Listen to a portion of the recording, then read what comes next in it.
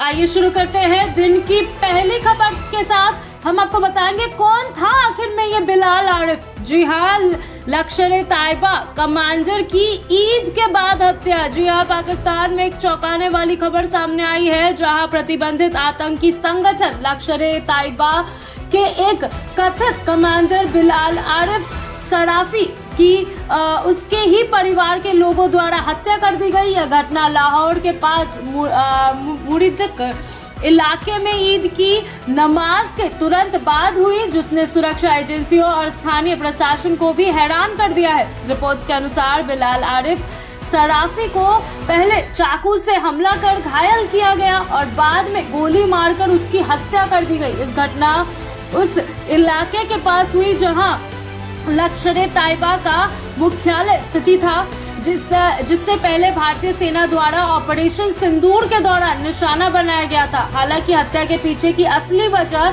अभी पूरी तरह साफ नहीं हो पाई है, लेकिन शुरुआती जांच में पारिवारिक विवाद को कारण माना जा रहा है। घटना के बाद स्थानीय पुलिस ने तीव्र कार्रवाई करते हुए हमले में शामिल कुछ लोगों को हिरासत में ले लिया है और उनसे पूछताछ जारी है। सुरक्षा एजेंसी इस मामले को केवल पारिवारिक विवाद तक सीमित मानने के बजाय इसके अन्य संभावित पहलुओं की भी जांच कर रही है, क्योंकि सराफी एक महत्वपूर्ण आतंकी नेटवर्क से जुड़ा हुआ था। अगर बात करें बिलाल आरिफ सराफी की, तो वह साल 2005 से लश्कर-ए-तैयबा से जुड़ा हुआ था और संगठन में एक अहम भूमिका निभा रहा था।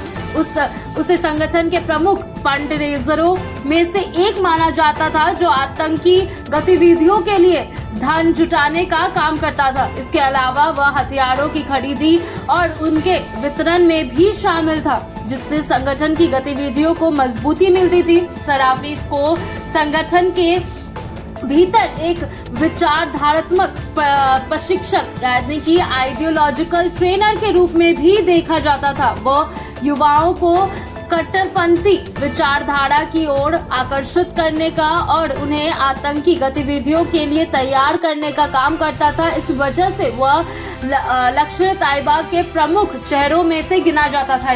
बताया जाता है कि सराफी लाहौर के पास स्थित तैयबा कॉलोनी में अन्य वरिष्ठ कमांडरों के साथ रहता था, जो लश्कर-ए-तैयबा का एक प्रमुख ठिकाना माना जाता है। यहाँ से संगठन की कोई गतिविधि का संचालन किया जाता था। जितनी भी गतिविधि होती थी, इन सब का संचालन इसी जगह से होता था। इस घटना ने कई सवाल खड़े कर दिए हैं। क्या यह केवल पारिवारिक विवाद का मामला है या क्या इसके पीछे कोई बड़ी साजिश छुपी हुई है? सुरक्षा एजेंसी इस पहलू की भी जांच कर रही है कि कहीं यह आतंकी संगठन का अंदरूनी मतभेद का परिणाम तो नहीं। विशेषज्ञों का मानना है कि इस तरह की घटनाएं आतंकी संगठन के भीतर चल रहे तनाव और गुटबाजी को भी उजागर करती है। हालांकि अभी तक कोई आधिकारिक बयान इस दिशा में शामिल नहीं है। कुल मिलाकर ईद जैसे धार्मिक और शांतिपूर्ण मौके पर हुई यह घटना न केवल चौंकाने वाली है, बल्कि यह भी दिखाती है कि क्षेत्र में सुरक्षा और आतंकी गतिविधियों को लेकर हालत कितनी जटिल बनी हुई है।